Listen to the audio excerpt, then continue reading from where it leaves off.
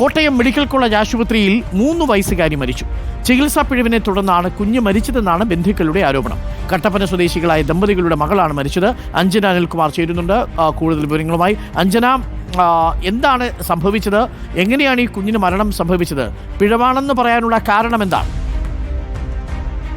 അരുൺകുമാർ, ദാരുണമായ സംഭവം എന്ന് തന്നെ പറയേണ്ടിയിരിക്കുന്നു. ഇന്ന് രാവിലെ 8 മണിയോടുകൂടിയാണ് 3 വയസ്സുകാരിയായ കുഞ്ഞ് മരണപ്പെടുന്ന ഒരു സാഹചര്യം ഉണ്ടായത്. ഇടുക്കി സ്വദേശികളായ ദമ്പതികളുടെ മകൾ ഏകാപർണികയാണ് ഇന്ന് രാവിലെ മരിച്ചത്. ഇതിൽ കുട്ടിയുടെ ബന്ധുക്കൾ പറയുന്നത് ആശുപത്രി അധികൃതരുടെ ഭാഗത്തു നിന്നും ചികിത്സയിലുണ്ടായ വീഴ്ചയാണ് കുട്ടിയുടെ മരണത്തിന് കാരണമെന്നാണ്.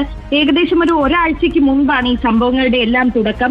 ഈ കുഞ്ഞിന് കഠിനമായ ഒരു വയറുവേദന ഉണ്ടായി. ഇതിനെ തുടർന്ന് കോട്ടയം മെഡിക്കൽ കോളേജ് ആശുപത്രിയിൽ ചികിത്സ തേടിയിരുന്നു.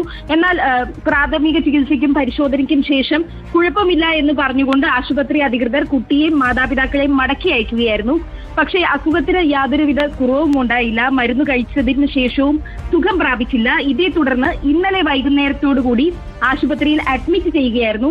അഡ്മിറ്റ് ചെയ്തിട്ടും കാര്യമായ ചികിത്സയൊന്നും കുട്ടിക്ക് നൽകിയില്ല എന്നതാണ് കുട്ടിയുടെ മാതാപിതാക്കൾ പറയുന്നത്. പക്ഷേ ഇന്ന് പുലർച്ചയോടുകൂടി കുട്ടിയുടെ ആരോഗ്യസ്ഥിതി വഷളാവുകയും ഇതേ തുടർന്ന് ICUവിൽ പ്രവേശിപ്പിക്കുകയും ചെയ്തു. ICUവിൽ ഇരിക്കുന്ന സാഹചര്യത്തിലാണ് ഇന്ന് രാവിലെ 8 മണിയോടുകൂടി കുട്ടിയുടെ മരണം സംഭവിക്കുന്നത്.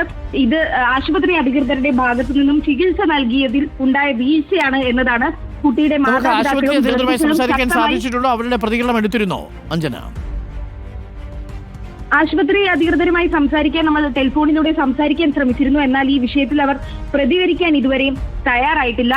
നമുക്ക് അവരുടെ പ്രതികരണം കൂടി ഒന്ന് എടുക്കാം. എന്താണ് ആശുപത്രി അധികൃതർക്ക് പറയാനുള്ളത് എന്ന് കൂടി നമുക്കൊന്നറിയാം.